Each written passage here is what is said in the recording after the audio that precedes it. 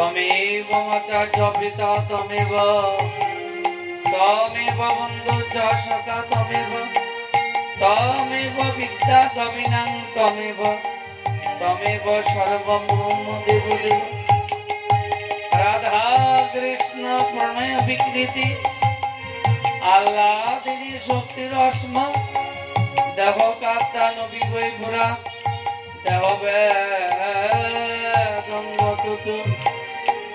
जय राधे राधे विंदे मणेश्वरी विश्वमान सुतां देवितां प्रणतस्मि हरे महावदनाय कृष्ण प्रेम पदायते कृष्णाय कृष्ण चैतन्य नामने गुरुतिशये नमः हे कृष्ण करुणा सिंधु तुम्हें दीना बंधु जगतपते गोपेश गोपिका कांत राधा कांत नमस्तुते बिंदाय तुलसी देवई प्याय केशवस्य कृष्ण भक्ति पद देवी सत्यवताय नमो नमः वंशा कल्पतरुभ्यश्च कृपा सिंधु भयवच पतितानां पावनेभ्यो वैष्णवेभ्यो नमो नमः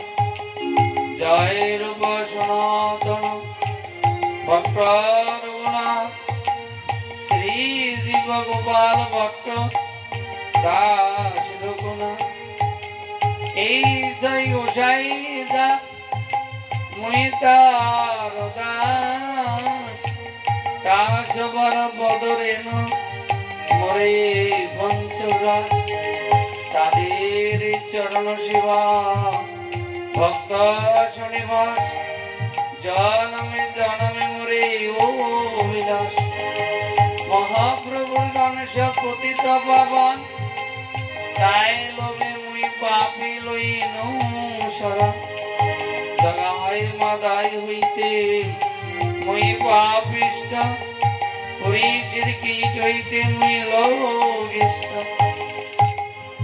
मोर नाम सुने जे तार पाप हो मोर नाम लय जे तार पुण्य हो एमन निगन्न किबा कृपा करे एकमात्र नित्यानंद जगत करे दया विदाई गौ सीतानाथ प्रेमानंदे हरि हरि बोल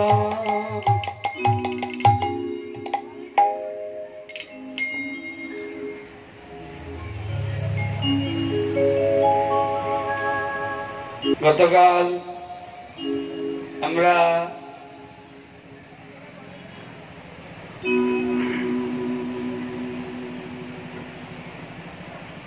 गिरिराज स्वयं भगवान এই আমরা সাধন করেছিলাম কর্ণমণি এসেছিলেন বহু আশা করি ভগবান শ্রীকৃষ্ণকে দর্শন করবেন বলে তিনি মনের আশা নিয়ে এসে সর্বস্ব ত্যাগ করে যে আমি ভগবানকে দর্শন করব ভগবান কৃপা করে নন্দালয়ে তিনি দর্শন দিয়েছেন রাজা পরীক্ষিত প্রশ্ন করেছিলেন সুখদেবের কাছে হে প্রভু কালিনাগ সাপ মুনি ঋষি যোগী যাকে ধ্যান করে পায় না আর সেই কালিনাগ কি এমন পুণ্য করেছিল যে ভগবান শ্রীকৃষ্ণ তার মাথায় নৃত্য করেছিল ভগবান তখন রাজা পরীক্ষিতের প্রশ্নের উত্তরে সুখদেব গোস্বামী বললেন শোনো এই কালিনাগ পূর্বজন্মে বিশ্বদর্পী রাজা ছিলেন তিনি ভগবানের প্রিয় ভক্ত ছিলেন ভগবানের পূজা অর্চনা না করে কোনো কিছু গ্রহণ করতেন না পূজা অর্চনা করতে গেলে ফুল, তুলসী পাতা, গঙ্গার জল লাগে। এই তিনটে প্রথমে লাগবে, গঙ্গার জল, ফুল, তুলসী পাতা। তাই আজকে ফুল, তুলসী পাতা আসে নাই বলে বিশ্বদর্পী রাজা ভগবানের অর্চন করতে পারেন নাই, আর কোনো কিছু গ্রহণ করেন নাই। বিকাল বেলায় যিনি ফুল তুলসী পাতা দিন তাকে ডেকেছেন, কি হলো তুমি ফুল তুলসী পাতা দাও নাই কেন? বলে কি করে দেব, আমি যেখান থেকে ফুল তুলসী পাতা আনি সেই বাগানের সামনে দরজার সামনে একজন বৈষ্ণব শুয়ে আছে, তার দুরবস্থা, বৈষ্ণবীর দুরবস্থা। কি অবস্থা? হস্তপদ গলিত ক্রমেতে, রক্তপুষ খায় কৃমিতে। এক দূত এসে কহিল রাজারে, দুর্গন্ধে কেহ যাইতে না পারে। শুনুন মহারাজ, হাত পা গলে পচে যাচ্ছে, কিন্তু মুখে তার কৃষ্ণ নাম।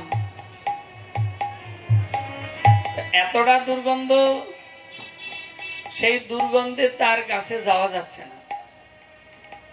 তাই বললেন হস্তপদ গলিত কর্মেতে, রক্তপুষ খায় কৃমিতে।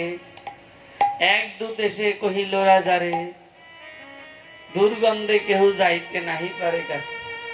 রাজা বললেন এক কাজ করো, বলো জয়ী রাজাকে বলো, বৈষ্ণবকে বলো এই স্থান থেকে অন্যত্র গমন করতে। যদি উনি গমন করতে না পারেন বলে তাহলে তোমরা মাঠের মধ্যে বৃক্ষতলায় রেখে আসবে।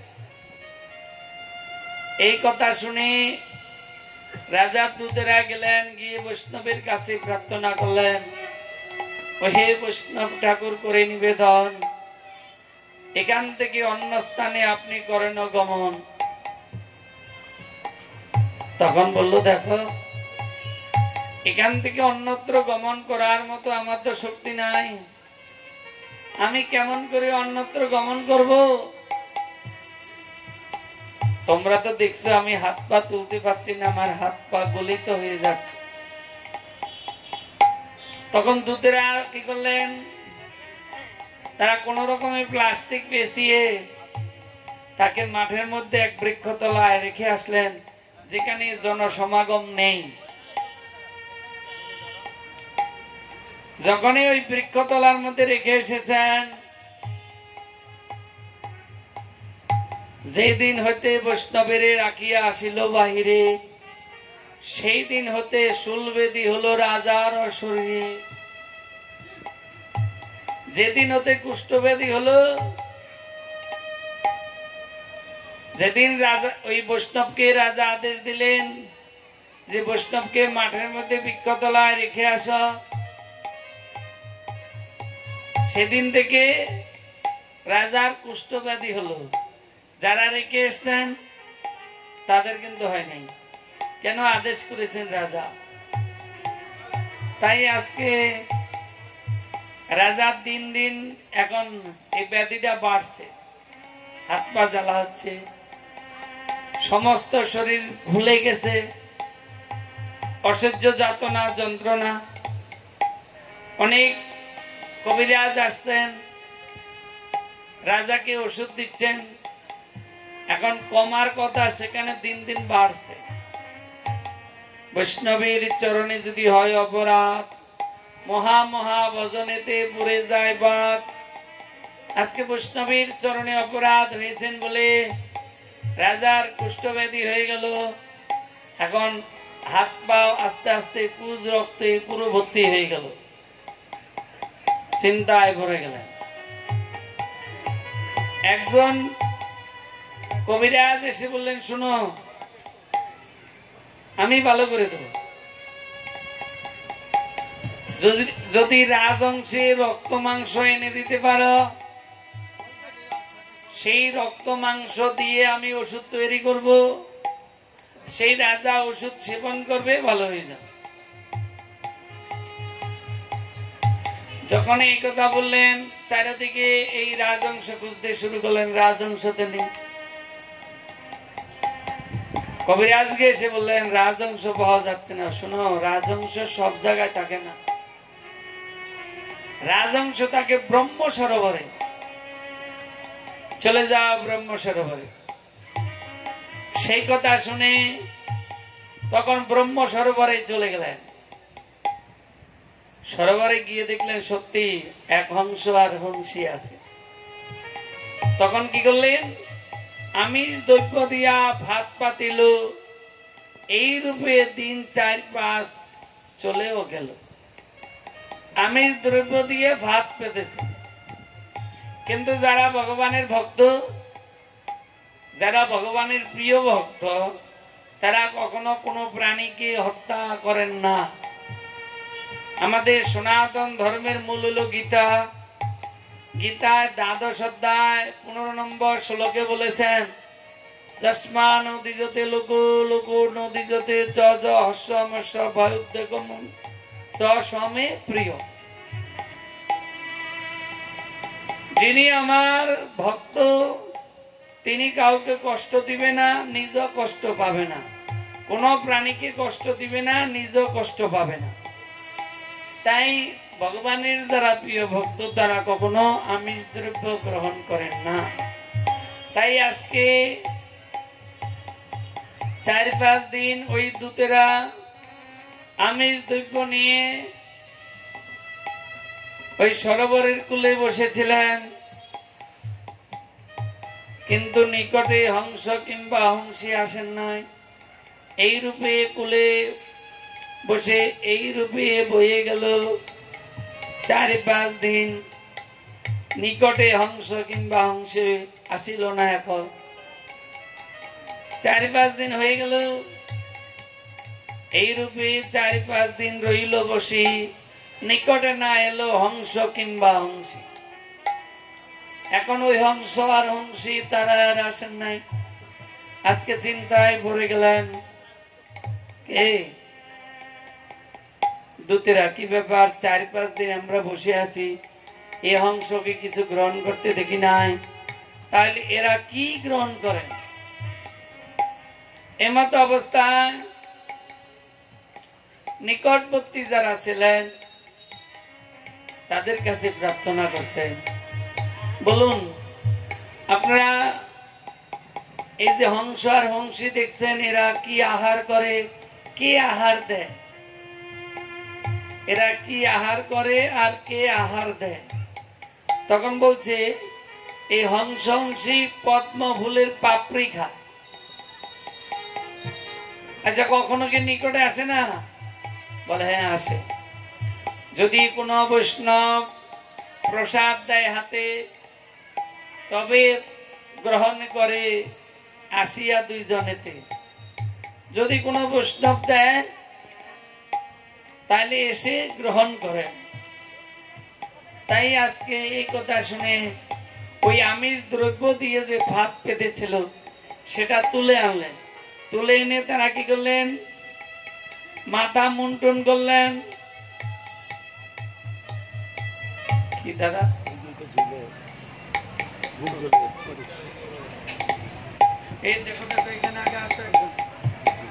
তারা কি করলেন, আমিষ দ্রব্য দিয়ে ভাত পেতেছিল,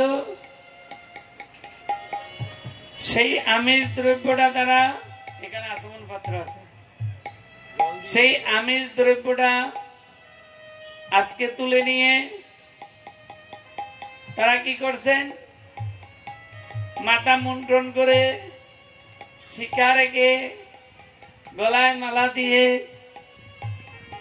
উদ্ধ তিলক দিয়ে এবার ভোগ সাজিয়ে আনলেন।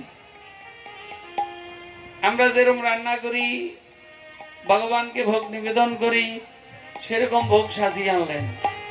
সেই ভোগ সাজিয়ে এনে এখন সগনেতে ডাকিতেছে, করে নিবেদন, হংস হংসী কৃপা করে এসে প্রসাদ করহ গ্রহণ। খুব ভালোবেসে ডাকছে, এসো হংস এসো হংসী, তোমরা প্রসাদ গ্রহণ করো। এখন এই ডাক শুনে হংস আসছে। হংসী বলছে, সাবধান হংস, তুমি কোথায় যাচ্ছ? বলে, ওই যে বৈষ্ণব ডাকছি। বলে, না, এরা বৈষ্ণব নয়। দিন 2-4 ছিল ভাত পাতিয়ে, শেষেতে আসিল বৈষ্ণব সাজিয়ে।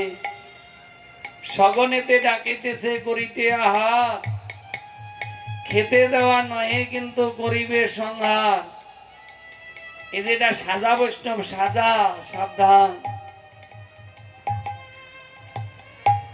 কিছুদিন আগে দেখেছিলে না, তারা ললাটে উদ্ধ তিলক, গলায় মালা দিয়ে এসেছে। আজকে এরাই তারা। তার আগে মানে আমিষ দ্রব্য দিয়ে ভাত পেতেছিল, আর কয়েকদিন সেই আমিষ দ্রব্য আমরা গ্রহণ করে নেই বলে এখন আবার এই 2-3 দিন ধরে তারা ভোগ আনছে, গলায় মালা, উদ্ধ তিলক। এটা সাজা বৈষ্ণব, এরা কিন্তু বৈষ্ণব নয়। শোনো, এর কাছে যদি যাও তোমাকে কাটবে, তোমাকে খাবে। হংসী বলছে। হংস তখন বলছে, দেখো হংসী, বৈষ্ণবীর চরণে যদি অপরাধ হয়, আমি যদি প্রতিদিন যতই ভজনে আমি চেষ্টা করি না কেন, আমি ভগবানের দর্শন করতে পারবো না। আমি প্রতিদিন নিত্যলীলা রাধা কৃষ্ণ দর্শন করি, কিন্তু বৈষ্ণবীর চরণে অপরাধ হলে আর কোন নিস্তার নাই। তাই তোমার কথা আমি শুনবো না। আমি গিয়ে ওই বৈষ্ণবের হাতে প্রসাদ গ্রহণ করব।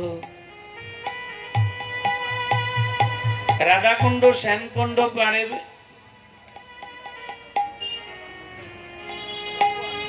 সনাতন গোস্বামী তিনি ভজন করছেন।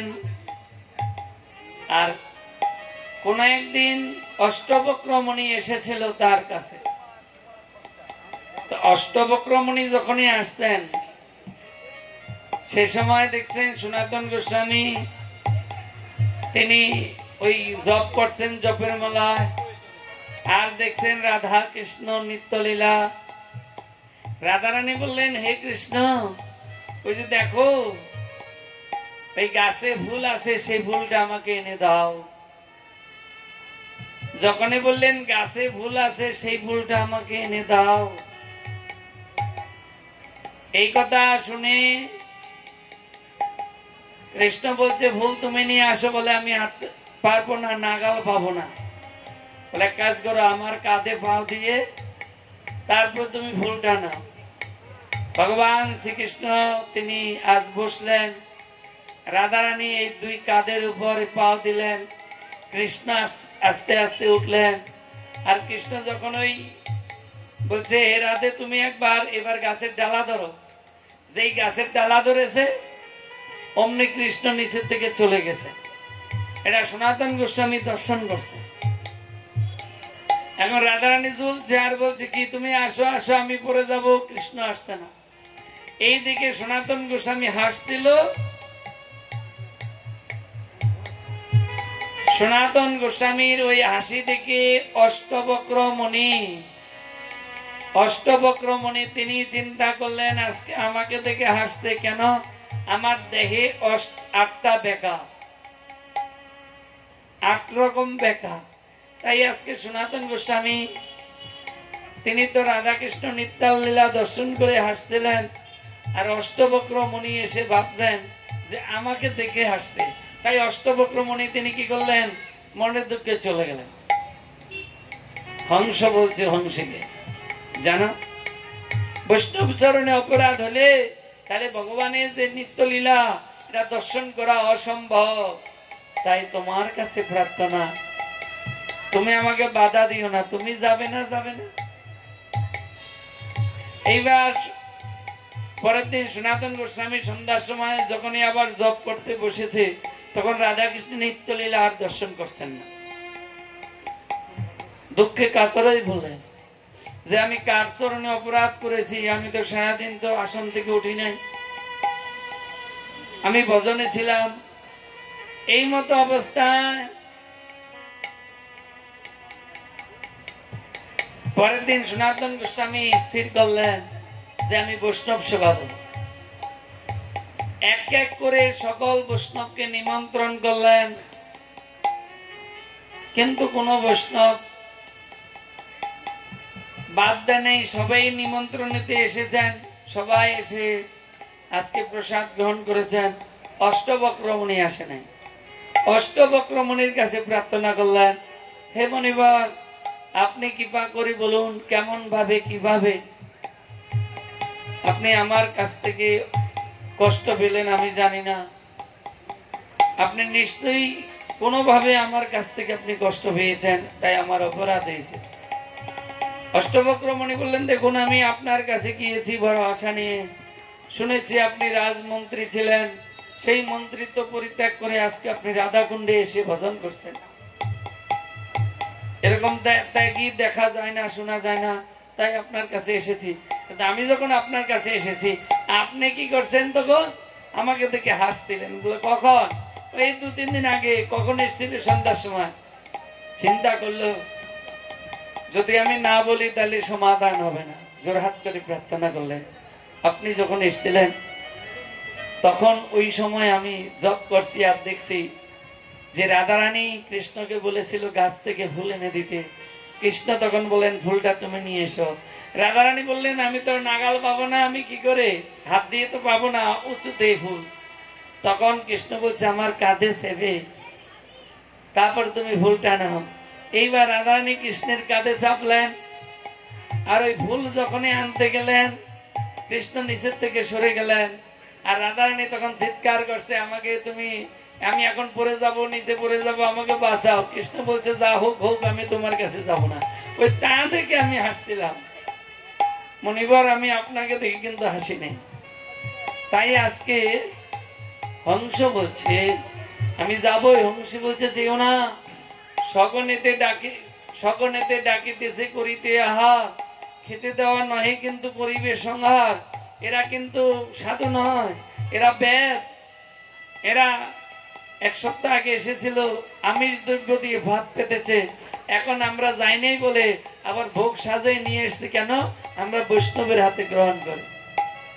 হংসী বলল হংসকে। হংস বলছে দেখ হংসী, তোর কথা মতো যদি আমি না যাই, আর যদি বৈষ্ণব হয় তাহলে তাদের চরণে অপরাধ হলে প্রতিদিন যে আমি এই ব্রহ্ম সরোবরে আমি রাধা কৃষ্ণের নিত্যলীলা দর্শন করছি, এটা আমি দর্শন করতে পারবো না। না না না, আমি যাব। হংসীর কথা না শুনে হংস যখন আস্তে আস্তে কুলে এলো, মাগো এই মতো অবস্থা, ব্যর্থ তার মনের মধ্যে হলো ধরব হংস।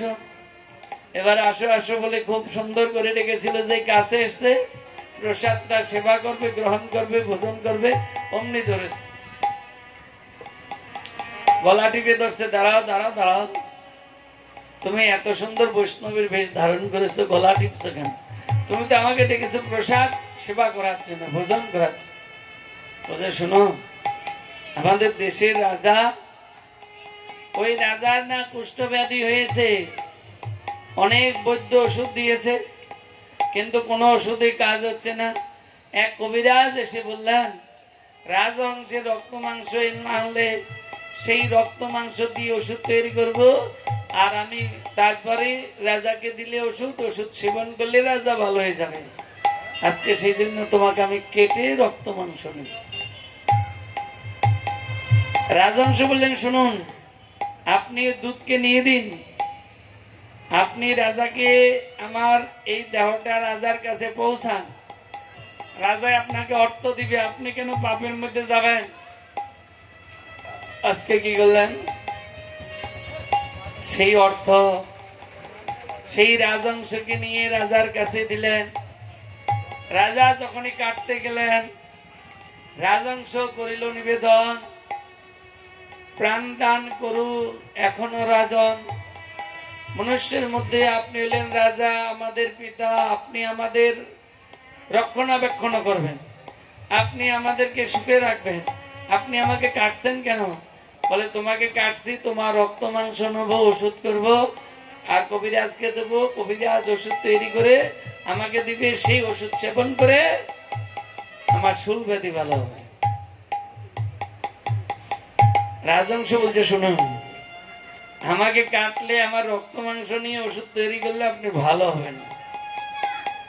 আপনি না কোন বৈষ্ণবের চরণে অপরাধ করেছেন বলে আপনার এই অবস্থা। তবে আমি এটা বলতে পারি, কোন বৈষ্ণবের যদি চরণ ধৌত জল আপনি গ্রহণ করতে পারেন তাহলে আপনি ভালো হয়ে যাবেন। এখনই রাজা আদেশ করলেন, যাও বৈষ্ণবের চরণ ধৌত জল নিয়ে আসো। চরণামৃত সাধুগুরু বৈষ্ণবের চরণ ধৌত জল শুনি সর্বতীর্থের ফল, একদিন আমি করিলাম না গ্রহণ।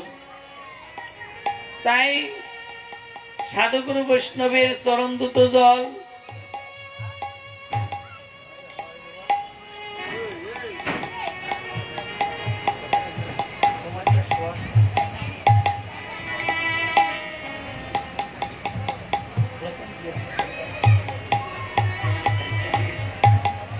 তাই আজকে বললেন সাধুগুরু চরণ ধৌত জল শুনি সর্বতীর্থের ফল, একদিন আমি করলাম না সম্ভব।